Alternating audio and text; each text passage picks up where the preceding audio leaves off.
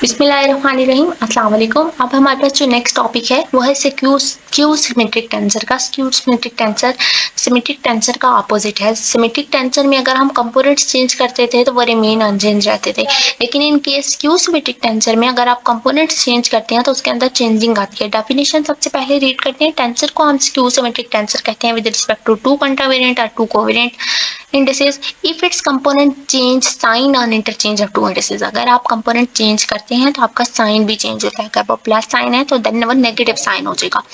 तो इसके लिए एग्जांपल है ए आई जी। आपके पास एक स्क्यू सिमेट्रिक है तो उसको जब आप इसके कंपोनेंट्स को स्क्यू सिमेट्रिक उसने बता दिया, तो जब आप इसका कंपोनेंट चेंज करेंगे आई जे से जे आई में जाएंगे तो आपका अगर यहाँ पे प्लस ए आई जे है तो आपके पास क्या हो जाएगा, माइनस ए जे आई हो जाएगा। तो ये आपके पास एक एग्जाम्पल होगी, एग्जाम्पल नंबर 1। देन आपके पास नेक्स्ट सेकंड एग्जांपल में कहता है कि ये भी एक स्क्यू सिमेट्रिक टेंसर है विद रिस्पेक्ट टू जे के, क्योंकि यहाँ पे उसने ज्यादा इंडिसेस ने उसने बता दिया कि जे के रिस्पेक्ट से। तो जब आप इसके कंपोनेंट चेंज करेंगे तो क्या हो जाएंगे, के जे हो जाएंगे और आपका साइन भी साथ में आएगा। बाकी कंपोनेंट्स रिमेन अनचेंज रहेंगे। इसके बाद आपके पास जैसे हमारे पास लास्ट टाइम सिमेट्रिक टेंसर के लिए एक एग्जांपल थी कि हमने उसका कंपोनेंट्स बताने के थे कि अगर आपके पास कोई सेकंड ऑर्डर का टेंसर है तो उसके लिए जो कंपोनेंट्स आते हैं वो 1/2 n इंटू n प्लस 1 आते हैं in case of symmetric tensor. लेकिन in case of skew symmetric tensor ये 1/2 n इंटू n माइनस 1 आती है। तो इसके लिए हम क्या कहते हैं, हमें पता है कि उसने कह दिया कि skew symmetric of second order. तो सेकंड ऑर्डर का हम एक स्क्यू सिमेट्रिक टेंसर एक टेंसर सबसे पहले लेट कर लेते हैं ए आई जे। अगर हम इसका स्क्यू सिमेट्रिक फॉर्म में लिखें तो हमारे पास ए जे आई हो जाएगा। अब वो कहता है कि हमारे पास ए आई जे फॉर्म के लिए हम इसकी मैट्रिक्स फॉर्म ओपन कर सकते हैं, और जब हम इसके लिए मैट्रिक्स फॉर्म अगर हम ओपन करें तो ओके करेंगे। अभी सबसे पहले हम देख लेते हैं ये।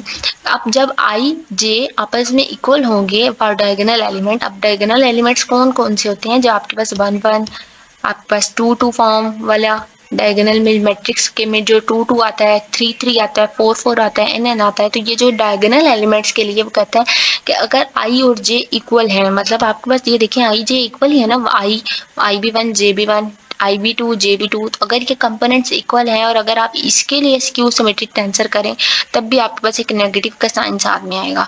और आप इस नेगेटिव के साइन को क्या कर सकते हैं, आपके पास ये यहाँ नेगेटिव है, इधर आएगा तो ये प्लस हो जाएगा, तो देन ये 2ai बन जाएगा। और अगर ये कंपोनेंट को अगर हम इसको 0 के इक्वल रखते हैं इस इक्वेशन को, तो आपके पास ए डायगोनल के लिए आपके पास क्या उसका ऑर्डर आ रहा है, डायगोनल के लिए आपके पास सेकंड उसका ऑर्डर जो है वो 0 आ रहा है। स्क्यू सिमेट्रिक टेंसर के केस में diagonal elements of second order skew symmetric tensor are 0। तो हमने डायगोनल एलिमेंट इस तरह से निकाल लिया। अब हमारे पास जो डिस्टिंक्ट कंपोनेंट है a11 a13 sorry a12 a13 a21 a23 a31 a32 up to so on an1 n2 n3। तो ये सारे कंपोनेंट्स अब हम एज अ मैट्रिक्स फॉर्म एक डिक्लेयर करते हैं। यहाँ पे हमारे पास जो डायगोनल एलिमेंट्स हम यहाँ पे फाइंड कर चुके हैं, ये सारे क्या है, 0 हैं। अब हम इन कंपोनेंट्स के लिए अगर हम इसको निकालना चाहें तो हमने पता है कि लास्ट टाइम जब हमने देखा कि हमारे पास ए आई जे के लिए जो डिस्टिंक्ट कंपोनेंट की फॉर्म बनी वो किस तरह से थी। अब यहाँ पे क्या कहता है, a i j n square component out of which n diagonal elements are 0। अब आपके पास एन स्क्वायर फॉर्म थी, एन क्रॉस एन की मैट्रिक्स है, इसके लिए हमारे पास जो एन डायगोनल एलिमेंट्स की कंपोनेंट है वो 0। इसी तरह से आप अपने कंपोनेंट्स जो स्क्यू सिमेट्रिक है उसको सिमेट्रिक के साथ मैच कर लें। जैसे हमने डायगोनल, उसके लिए हमारे पास जो डायगोनल की वैल्यू आई थी वो n थी, अब हमारे पास जो डायगोनल आया वो 0 आया। तो अब हम डायगोनल में यहाँ पे 0 पुट कर लेते हैं। जब आप यहाँ पे 0 पुट करेंगे then 1/2 n square minus n करेंगे तो आपके पास कोवेरिएंट के लिए तो 1/2 n square, sorry skew symmetric के लिए तो 1/2 n square minus n answer आ जाएगा। लेकिन इन केस अगर आप सिमेट्रिक के लिए बात करें तो यहाँ पे आपके पास एक मिस्टेक है। क्या मिस्टेक है, देखें 2n प्लस यहाँ पे फॉर्म बनती थी और यहाँ पे माइनस लगा हुआ है, 2n plus n square minus n। जब आप इसको अरेंज करेंगे 2n माइनस n करेंगे तो आपके पास n बनेगा और n स्क्वायर बनेगा। आप यहाँ से n कॉमन ले सकते हैं तो n इंटू n प्लस 1। तो यही चीज़ आपके पास इसके लिए भी आई है 1/2 n इंटू n माइनस 1। तो यहाँ पे बस चेंजिंग क्या है, इसमें आपके पास +1 आता है, यहाँ पे आपके पास इसका लिए माइनस n-1 आता है। तो बस इसके सिमेट्रिक में और स्क्यू सिमेट्रिक के रैंक में सिर्फ ये डिफरेंट है। अब हमारे पास जो नेक्स्ट है वो है कंट्रावेरिएंट और कोवेरिएंट टेंसर ऑफ रैंक 2 से aij can always be written as sum of symmetric and skew symmetric. मतलब अगर आपके पास कंट्रावेरिएंट या कोवेरिएंट टेंसर रैंक 2 का है तो आप उसको उसके सम में भी लिख सकते हैं, सम सिमेट्रिक का और स्क्यू सिमेट्रिक का। तो आपके पास कंट्रावेरिएंट टेंसर है, कंसीडर ए कोवेरिएंट आंसर सबसे पहले कंसीडर करते हैं ए आई जे, और हम कहते हैं कि आपके पास जो ए आई जे है वो आपके पास उसका सम जो है 1/2 ए आई जे ए जे आई। तो ये आपके पास कौन सी फॉर्म बन रही है, सिमेट्रिक टेंसर की। आई जे था और जे आई लिख लिया, देन आई जे था और स्क्यू सिमेट्रिक की फॉर्म में माइनस ए जे आई हो गया। अब ये वाली फॉर्म है जो उसको उसने नाम दे दिया एस आई जे का, और इस वाली फॉर्म को नाम दे दिया टी आई जे का। अब हम क्या करते हैं, इसको ओपन कर लेते हैं। अब एस आई जे किसके इक्वल है 1/2 ए आई जे प्लस ए जे आई के, और टी आई जे किसके इक्वल है 1/2 ए आई जे माइनस ए जे आई। यही फॉर्म्स यहाँ पे लिखी हुई है, ठीक है।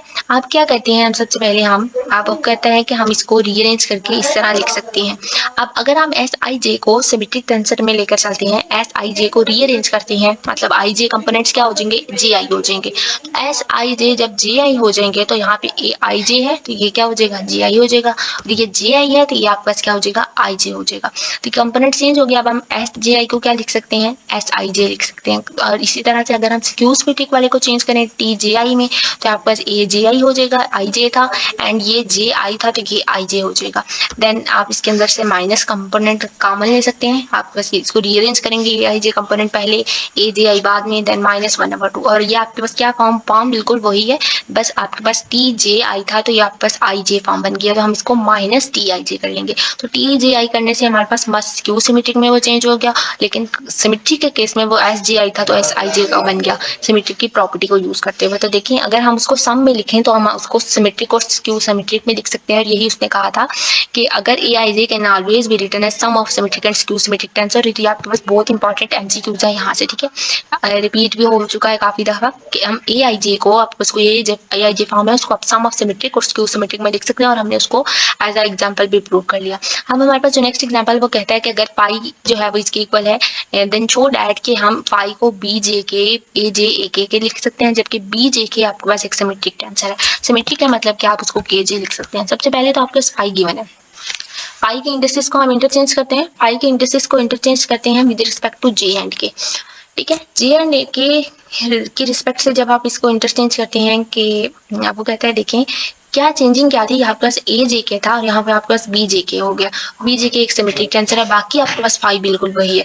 अब हम सबसे पहले तो इस फाई को लेकर चलते हैं और यहाँ से जे के इंडिसेस को चेंज करते हैं। जब आप जे के इंडिसेस को चेंज करेंगे तो हम उसको क्या लिख सकते हैं, के जे लिख सकते हैं, और जब आप इसको के जे लिखेंगे तो फाई ए के जे, और जहाँ यहाँ पे जे था तो के हो गया और के था तो जे हो गया। अब क्या करते हैं, ये आपके पास एक न्यू फॉर्म बन गई है और आपके पास एक फॉर्म ये वाली है, दोनों फॉर्म्स को सॉरी दोनों ये वाली फॉर्म को और ये वाली फॉर्म को ऐड कर लेते हैं। जब आप दोनों फॉर्म्स को ऐड करेंगे, कौन कौन सी फॉर्म को, जो आपके पास ओरिजिनल ए जे की फॉर्म है देन ए के जे की फॉर्म जिसको हमने इंटरचेंज किया, दोनों को ऐड करेंगे 5 + 5 25 हो जाएगा, ए जे के प्लस ए के जे, और ये ए जे ए के एक एज अ कॉमन लिख सकते हैं हम। अब 1 5 यहाँ 2 इससे मल्टीप्लाई हो रहा है, इधर आके क्या हो जाएगा, डिवाइड हो जाएगा। इसके बाद हम मजीद क्या करेंगे, उसको कहता है कि हम बी के जे की फॉर्म, बी जे के की फॉर्म में उसको लेकर जाएंगे और उसको हम वो भी हमारे पास क्या होगा, एक सिमेट्रिक टेंसर होगा। अब बी जे के की फॉर्म ले लेते हैं, फाई इक्वल है बी जे के ए जे ए के, तो हमारे पास बी जे के अभी भी तो हमारे पास फाई का ही आंसर आया है। फाई का आंसर क्या आया है, ये वाला फाई का आंसर आया है। हम दोनों फाई ये वाले इस वाले आंसर को और इस वाले ये जो फाई ये गिवन था इन दोनों को कंपेयर कर सकते हैं। जब आप दोनों को कंपेयर करेंगे फाई फाई से कैंसिल हो जाएगा, 1/2 ए के जे इस वाली फॉर्म के इक्वल हो जाएगा, और फिर क्या होगा, ये आपके पास कंपोनेंट कैंसिल हो जाएंगे। बाकी आपके पास क्या बचेगा, बी जे के बचेगा, 1/2 ए जे के और ए के जे के इक्वल बचेगा। तो यही चीज यहाँ पे लिखी है, बी जे के ये इस कंपोनेंट के इक्वल हो गया, और बी जे के था के जे कर लेते हैं, जे के को के जे लिख सकते हैं, सिमेट्रिक की फॉर्म ले रहे हैं, और ये बी के जे आपके पास बी जे के इक्वल होगा, और बी जे के भी क्या है आपके पास एक सिमेट्रिक टेंसर है। नेक्स्ट वाले एग्जांपल में कह रहा है कि T I component of a covariant vector, then आपके पास जो पार्शियल एक्स टी आई है, partial T I partial X ये है, ये कंपोनेंट्स है skew symmetric tensor of rank 2 के। अब टी आई एक कंपोनेंट है कोवेरिएंट वेक्टर का। तो टी आई सिस्टम को हम एज अ टिल्डा सिस्टम में जब लेकर अगर मूव करें तो हम टी आई को कोवेरिएंट फॉर्म में ओपन कर लेते हैं और कोवेरिएंट में इंडिसेस लोअर फॉर्म में आती हैं। देन आप क्या करेंगे, ये पार्शियल फॉर्म में लिखा हुआ है तो हम इसको डिफरेंशिएट करेंगे अपनी टी आई सिस्टम को, देन हमारे पास कुछ इस तरह की फॉर्म बनकर आएगी। तो अब हम क्या करते हैं, डिफरेंशिएट करते हैं विद रिस्पेक्ट टू एक्स जे। जब आप इसको डिफरेंशिएट करेंगे, partial x partial T I था आपके पास, यहाँ पे टी टी टिल्डा आई था, जब आप डिफरेंशिएट करेंगे तो पार्शियल टी टिल्डा आई और पार्शियल जे हो जाएगा। पार्शियल एक्स जे जे के रिस्पेक्ट से करें, यहाँ पे भी इसके इसके यहाँ पे भी हम यहाँ पे क्या लिख देते हैं, पार्शियल बाय पार्शियल एक्स जे, और बाकी इस कंपोनेंट को एज अ ब्रैकेट में इसी तरह से लिख लेंगे। अब क्या करेंगे, इस एक्स जे को अंदर मल्टीप्लाई करेंगे, partial square x k partial x tilde j partial x tilde I T के एज इट इज आ गया। फिर पार्शियल को टी के साथ मल्टीप्लाई करेंगे, पहले कंपोनेंट से मल्टीप्लाई किया, सेकंड कांस्टेंट, सेकंड से करेंगे फर्स्ट कांस्टेंट, तो ये फर्स्ट वाला एज इट इज आ गया। आप टी के से किया तो पार्शियल टी के पार्शियल एक्स टिल्डा जे हो गया। अब क्या हुआ है कि देखें यहाँ पे ये जो कंपोनेंट है partial square x k partial x tilde जे टी के, और जो आपके पास ये वाली फॉर्म है partial x k partial x आई देन पार्शियल टी के पार्शियल एक्स टिल्डा जे, यहाँ में अब हम इस फॉर्म को कुछ रीअरेंज कर सकते हैं। अपनी टर्म्स को किस तरह से रीअरेंज कर सकते हैं कि आपके पास देखिए पार्शियल एक्स टी के पार्शियल एक्स टिल्डा जे फॉर्म पड़ी हुई थी, और अब हमने इस टी के को जब क्या किया हुआ है, यहाँ पे हमने इसके साथ पार्शियल एक्स एल और पार्शियल एक्स एल को मल्टीप्लाई कर लिया, सिंपल। इसके साथ मल्टीप्लाई भी किया पार्शियल एक्स एल को और पार्शियल एक्स एल को डिवाइड भी किया, और जब आपने मल्टीप्लाई और डिवाइड दोनों कर लिया, बाकी आपके पास फॉर्म ये वाली फॉर्म एज इट इज आ गई, partial x k partial x tilde i partial x l partial x tilde j partial x partial t l और पार्शियल एक्स के हो गया। अब यहाँ पे चेंजिंग क्या हुई है, के को किस फॉर्म में चेंज कर रहे हैं, एल फॉर्म में, तो के एल में हो जाएगा, और एम पे एल है तो ये एल के में हो जाएगा। बाकी आपके पास सारी फॉर्म्स एज इट इज आ रही हैं। इसके बाद हम क्या करेंगे कि इंटरचेंज कर लेंगे के को एल में दोबारा अगेन, देन आप जब इंटरचेंज करेंगे सेकंड टर्म में, और फिर आपने जो आपका सेकंड टर्म फॉर्म बनी ये वाली इक्वेशन, और जो आपके पास फर्स्ट इक्वेशन बनी को दोनों को सब्ट्रैक्ट कर लिया।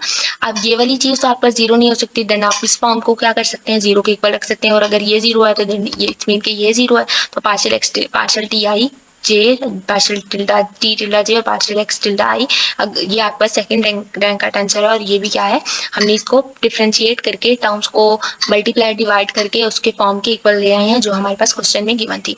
अब हमारे पास वो कहता है कि हम ए आई जे को कंसीडर करते हैं partial T I partial x j partial t j partial x i, इसको हमने नाम दे दिया ए आई जे का। अगर हम इसकी टर्म्स को रीअरेंज करें, पार्शियल ए जे आई होगा, पार्शियल टी आई था तो जे में, और यहाँ पे जे था तो आई में, सिमिलरली जे था तो आई में, और आई था तो जे में। कंपोनेंट चेंज किए, जब आप कंपोनेंट चेंज करेंगे यहाँ से हम कॉमन लेंगे, लास्ट एग्जाम्पल जैसे हमने कॉमन लिया तो आपके पास माइनस ए आई जे हो जाएगा, तो ए जे आई आपके पास माइनस ए आई जे के इक्वल होगा। अगर हमने प्रूव कर दिया कि ए आई जे एक स्क्यू सिमेट्रिक टेंसर है रैंक 2 का, तो यही चीज हमने यहाँ पे प्रूव करनी थी कि आपके पास ये जो टेंसर है T I be the component of covalent form, then components are skew symmetric tensor of rank 2। ये आपका जो कंपोनेंट बना ये आपका स्क्यू सिमेट्रिक टेंसर है रैंक 2 का, तो स्क्यू सिमेट्रिक में हमारे पास नेगेटिव साइन आ गया और हमने ये चीज प्रूव कर दी। नेक्स्ट वाले क्वेश्चन में कहता है कि ए आई जे और जी आई जे सिमेट्रिक है, देन यू आई और वी आई कंपोनेंट्स हैं कॉन्ट्रावेरिएंट वेक्टर्स के, सेटिस्फाइंग द इक्वेशन, और वो इस इक्वेशन को सेटिस्फाई कर रहे हैं और प्रूव करना है कि जी आई जे you I we J equal है, देन जी आई जे को जी की जगह उसने बस ए आई जे कर लिया,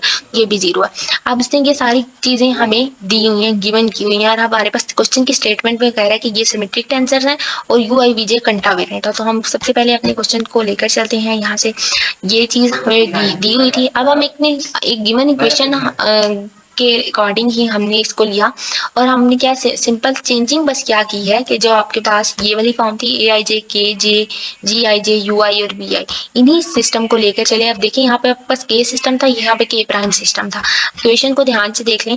अब दोनों इक्वेशन हमने लिख ली हैं, मल्टीप्लाई करेंगे फर्स्ट इक्वेशन को वी आई के साथ और सेकंड इक्वेशन को यू आई के साथ। क्यों इस तरह से कर रहे हैं, क्योंकि इसके बाद हम सब्ट्रैक्ट करेंगे तो हमारे पास एक फॉर्म बनकर आएगी जो कि हमने प्रूव करनी है।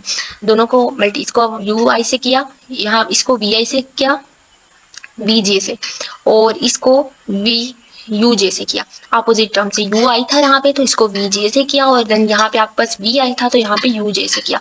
मल्टीप्लाई करने के बाद सब्ट्रैक्ट कर लेंगे दोनों इक्वेशंस को। जब आप सब्ट्रैक्ट करेंगे तो ये वाली फॉर्म ए आई जे तो कैंसिल हो जाएगी, लेकिन ये के और के प्राइम की फॉर्म है ये आपके पास कैंसिल नहीं होगी, एज इट इज आ जाएगी। Then u I we j और u I v i u j लिखेंगे इसी तरह।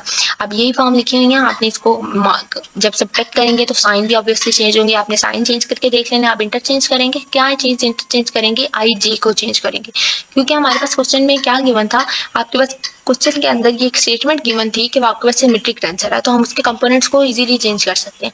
तो आई और जे को चेंज करेंगे in the form of symmetric tensor, तो ए i J you I B J, और वो उसने बता दिया है in the second and fourth term. अब सेकंड और फोर्थ में क्यों करेंगे वो देख लेंगे। ए आई जे तो ए जे आई हो गया, देन यहाँ पे के प्राइम सिस्टम में जी आई जे और जे जी जे आई हो गया।